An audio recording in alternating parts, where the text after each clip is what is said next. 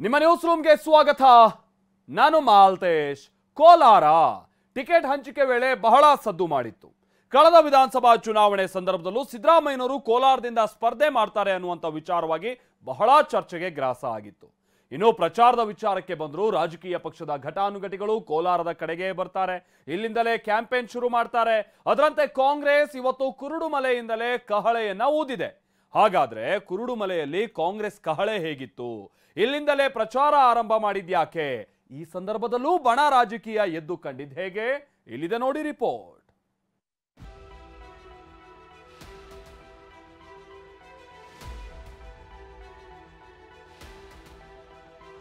BJP ಸರ್ಕಾರವನ್ನು ನರೇಂದ್ರ ಮೋದಿ ಅವರನ್ನು ಕೆಳಗಿಳಿಸಿ ರಾಹುಲ್ ಗಾಂಧಿ ಅವರನ್ನ ಈ ದೇಶದಲ್ಲಿ ಪ್ರಧಾನಮಂತ್ರಿ ಮಾಡತಕ್ಕಂಥ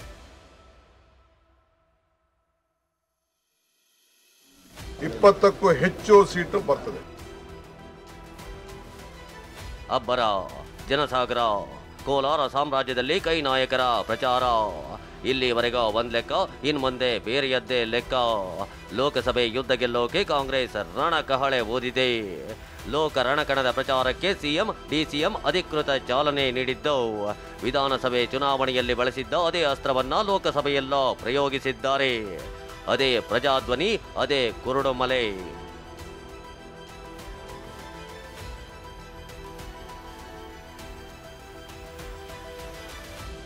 ಕುರುಡುಮಲೆಯಿಂದ ಪ್ರಜಾಧ್ವನಿ 2.0ಗೆ ಕಾಂಗ್ರೆಸ್ ಚಾಲನೆ. ಕೋಲಾರದಿಂದ ಲೋಕಸಭೆ ಪ್ರಚಾರಕ್ಕೆ ಸಿಎಂ ಡಿಸಿಎಂ ರಣಕಹಳೆ. ಕೋಲಾರ ಹೇಳಿ ಕೇಳಿ ಕಾಂಗ್ರೆಸ್ನ ಕೋಟೆ. ಒಂದು ಬಾರಿ ಜನತಾ ಪಾರ್ಟಿ, ಸದ್ಯ ಹಾಲಿ ಬಿಜೆಪಿ ಸಂಸದ ಮುನಿಸ್ವಾಮಿ ಗೆದ್ದಿದ್ದು ಹೊರತುಪಡಿಸಿದ್ರೆ ಕೋಲಾರ ಕಾಂಗ್ರೆಸ್ ಭದ್ರಕೋಟೆ. ಹೀಗಾಗಿ ಇವತ್ತು ಕೋಲಾರದ ಕುರುಡುಮಲೆಯಿಂದಲೇ ಲೋಕಸಭಾ ಚುನಾವಣಾ ಪ್ರಚಾರಕ್ಕೆ ಅಧಿಕೃತ ಚಾಲನೆ ಕೊಟ್ಟಿದೆ. ಮೂಡಣ ದಿಕ್ಕಿನಲ್ಲಿರೋ ಕುರುಡುಮಲೆಯ ವಿನಾಯಕ ದೇಗುಲದಲ್ಲಿ ವಿಶೇಷ ಪೂಜೆ ಸಲ್ಲಿಸಿದ ಸಿದ್ದು ಡಿಕೆ ಪ್ರಜಾಧ್ವನಿ 2.0 ಪ್ರಚಾರಕ್ಕೆ ಚಾಲನೆ ನೀಡಿದ್ದಾರೆ.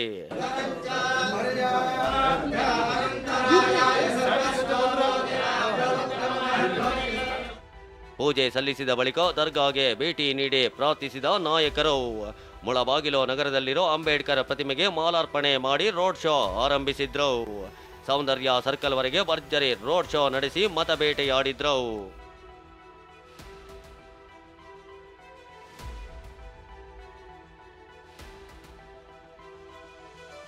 ಮೋದಿಯನ್ನ ಇಳಿಸಬೇಕು, ರಾಹುಲ್ ಗಾಂಧಿಯನ್ನ ಪ್ರಧಾನಿ ಮಾಡಬೇಕು. ಕೋಲಾರದಲ್ಲಿ ಬಿಜೆಪಿ ಜೆಡಿಎಸ್ ವಿರುದ್ಧ ಸಿದ್ದರಾಮಯ್ಯ ವಾಗ್ದಾಳಿ. ರ್ಯಾಲಿಯಲ್ಲಿ ಮಾತನಾಡಿದ ಸಿಎಂ ಸಿದ್ದರಾಮಯ್ಯ, ಮೋದಿಯನ್ನ ಇಳಿಸಬೇಕು, ರಾಹುಲ್ ಗಾಂಧಿಯನ್ನ ಪ್ರಧಾನಿ ಮಾಡಬೇಕು. ಹೀಗಾಗಿ ಕಾಂಗ್ರೆಸ್ ಅಭ್ಯರ್ಥಿಯನ್ನ ಗೆಲ್ಲಿಸಿ ಅಂದ್ರು. ಬಿಜೆಪಿ ಸರ್ಕಾರವನ್ನು ನರೇಂದ್ರ ಮೋದಿ ಅವರನ್ನು ಕೆಳಗಿಳಿಸಿ ಮತ್ತೆ ರಾಹುಲ್ ಗಾಂಧಿ ಅವರನ್ನ ಈ ದೇಶದಲ್ಲಿ ಪ್ರಧಾನಮಂತ್ರಿ ಮಾಡತಕ್ಕಂಥ ಕೆಲಸವನ್ನ ಮಾತುಗಳನ್ನ ಈಗ ಮತ್ತೆ ಕೇಂದ್ರ ಸರ್ಕಾರ 25 ಗ್ಯಾರಂಟಿಗಳನ್ನು ಘೋಷಣೆ ಮಾಡಿದ್ದಾರೆ. ನಿನ್ನೆ 25 ಗ್ಯಾರಂಟಿಗಳನ್ನು ಘೋಷಣೆ ಮಾಡಿದ್ದಾರೆ. ನಾವು ಅವನ್ನೂ ಕೂಡ ಜಾರಿ ಮಾಡ್ತೀವಿ. ಏನ್ ಗ್ಯಾರಂಟಿಗಳನ್ನು ಕೊಟ್ಟಿದ್ದೀವಿ, ಆ ಎಲ್ಲ ಗ್ಯಾರಂಟಿಗಳನ್ನು ನಾವು ಏನು 5 ವರ್ಷ ಅಧಿಕಾರ ಮಾಡಲಿಕ್ಕೆ ಅವಕಾಶ ಕಲ್ಪಿಸಿಕೊಂಡಿದ್ದೀವಿ. 5 ವರ್ಷಗಳು ಕೂಡ ಬಡವರಿಗೆ ನಾವು ಕೊಟ್ಟಿರ್ತಕ್ಕಂಥ ಎಲ್ಲ ಗ್ಯಾರಂಟಿಗಳನ್ನು ಕೂಡ ಮುಂದುವರಿಸುತ್ತೇವೆ. ವಿಧಾನಸಭೆ ಚುನಾವಣೆ ಸಂದರ್ಭದಲ್ಲೂ ಕುರುಡುಮಲೆಯಿಂದಲೇ ರಣಕಹಳೆ. ಎಸ್, ಕುರುಡುಮಲೆ ಕಾಂಗ್ರೆಸ್ಗೆ ಅದೃಷ್ಟದ ಬಾಗಿಲು ತೆರೆಯೋ ಪುಣ್ಯ ಕ್ಷೇತ್ರ. ಹಿಂದಿನಿಂದಲೂ ಇದೇ ದೇಗುಲದಿಂದ ಕಾಂಗ್ರೆಸ್ ಚುನಾವಣಾ ಪ್ರಚಾರಕ್ಕೆ ಚಾಲನೆ ಕೊಟ್ಟಿರೋ ಇತಿಹಾಸವಿದೆ. ಕಳೆದ ಚುನಾವಣೆ ಸಂದರ್ಭದಲ್ಲೂ ಇಲ್ಲಿಂದಲೇ ರಣಕಹಳೆ ಮೊಳಗಿಸಿದ್ದ ಕಾಂಗ್ರೆಸ್ 135 ಕ್ಷೇತ್ರಗಳಲ್ಲಿ ಅಭೂತಪೂರ್ವ ಗೆಲುವು ಸಾಧಿಸಿತ್ತು. ಮಾಜಿ ಮುಖ್ಯಮಂತ್ರಿ ಎಸ್ಎಂ ಕೃಷ್ಣ ಕೂಡ ಇಲ್ಲಿಂದಲೇ ಪಾಂಚಜನ್ಯ ಯಾತ್ರೆ ಆರಂಭಿಸಿ ಗದ್ದುಗೆ ಏರಿದ್ರು. ಹೀಗಾಗಿ ಕುರುಡುಮಲೆಯಿಂದ ಪ್ರಚಾರ ಆರಂಭಿಸಿದ್ರೆ ಅಭೂತಪೂರ್ವ ಜಯ ಸಾಧಿಸಬಹುದು ಅನ್ನೋದು ಕಾಂಗ್ರೆಸ್ ನಾಯಕರ ನಂಬಿಕೆ. ಇದೇ ನಂಬಿಕೆಯಿಂದ ಹೆಜ್ಜೆ ಇಟ್ಟಿರೋ ಸಿದ್ದು ಡಿಕೆ 20 ಸ್ಥಾನ ಗೆಲ್ಲೋ ಪಣ ತೊಟ್ಟಿದ್ದಾರೆ. ನಾವು ನಮ್ಮ ಸಂಪ್ರದಾಯಂತೆ ದೇವಮೂಲೆಯ ಈ ಮುಳುಬಾಗಿಲಿನಲ್ಲಿ ಈ ಗಣೇಶನನ್ನ ಪೂಜೆ ಮಾಡಿ ಹಿಂದೆಲ್ಲ ನಾವು ಬಹಳ ಯಶಸ್ಸನ್ನ ಪಡೆದಿದ್ದೇವೆ. ನಮ್ಮ ಗ್ಯಾರಂಟಿ, ನಮ್ಮ ವಿಜಯ ನಿಶ್ಚಿತ, ಗ್ಯಾರಂಟಿ, ಖಚಿತ. ಎಷ್ಟು ಸ್ಥಾನಗಳು ಬರ್ಬೋದು ಸರ್ ರಾಜ್ಯದಲ್ಲಿ? 20ಕ್ಕೂ ಹೆಚ್ಚು ಸೀಟು ಬರ್ತದೆ. ಕೋಲಾರದಲ್ಲಿ ಬಣಬೆಂಕಿ, ಮುನಿಯಪ್ಪ ರೂಪಕಲಾ ಗೈರವ್. ಅಂದ್ಹಾಗೆ ಮಾರ್ಚ್ 29ರಂದೇ ಕುರುಡುಮಲೆಯಿಂದ ಚುನಾವಣಾ ಪ್ರಚಾರಕ್ಕೆ ಚಾಲನೆ ಕೊಡಬೇಕಿತ್ತು. ಆದರೆ ಕೋಲಾರ ಟಿಕೆಟ್ ಕಗ್ಗಂಟು ಕಾಂಗ್ರೆಸ್ ಪಡೆಯನ್ನ ಇಕ್ಕಟ್ಟಿಗೆ ಸಿಲುಕಿಸಿತ್ತು. ಹೀಗಾಗಿ ಪ್ರಜಾಧ್ವನಿ 2.0 ಪ್ರಚಾರ ಕಾರ್ಯಕ್ರಮವನ್ನ ಮುಂದೂಡಲಾಗಿತ್ತು.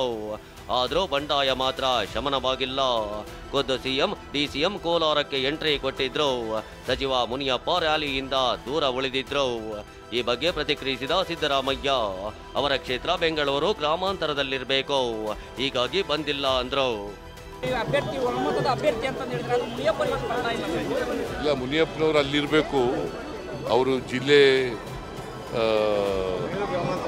ಬೆಂಗಳೂರು ಗ್ರಾಮಾಂತರ ಅಲ್ಲಿರಬೇಕು. ಅದೇನೇ ಇರಲಿ, ಮುನಿಸು ಶಮನವಾಗದೆ ಕೋಲಾರ ಕಾಂಗ್ರೆಸ್ ಪಾಲಿಗೆ ಒಲಿಯೋದು ಅಷ್ಟು ಸುಲಭವಲ್ಲ. ಕಳೆದ ಬಾರಿಯೂ ಬಣ ಬಡಿದಾಟದಿಂದಲೇ ಕೋಲಾರ ಬಿಜೆಪಿ ಪಾಲಾಗಿತ್ತು. ಹೀಗಾಗಿ ಪ್ರಜಾಧ್ವನಿ ಯಾತ್ರೆಗೆ ಚಾಲನೆ ಕೊಟ್ಟ ಹುಮ್ಮಸ್ಸಿನಲ್ಲೇ ಬಣ ರಾಜಕೀಯಕ್ಕೂ ತಿಲಾಂಜಲಿ ಹಾಡಬೇಕಿದೆ. ಇದಕ್ಕೆ ಸಿಎಂ, ಡಿಸಿಎಂ ಯಾವ ತಂತ್ರ ರೂಪಿಸುತ್ತಾರೋ ಕಾದು ನೋಡಬೇಕಿದೆ. ಪ್ರಸನ್ನ ಜೊತೆ ರಾಜೇಂದ್ರ ಸಿಂಹ, TV9 ಕೋಲಾರ.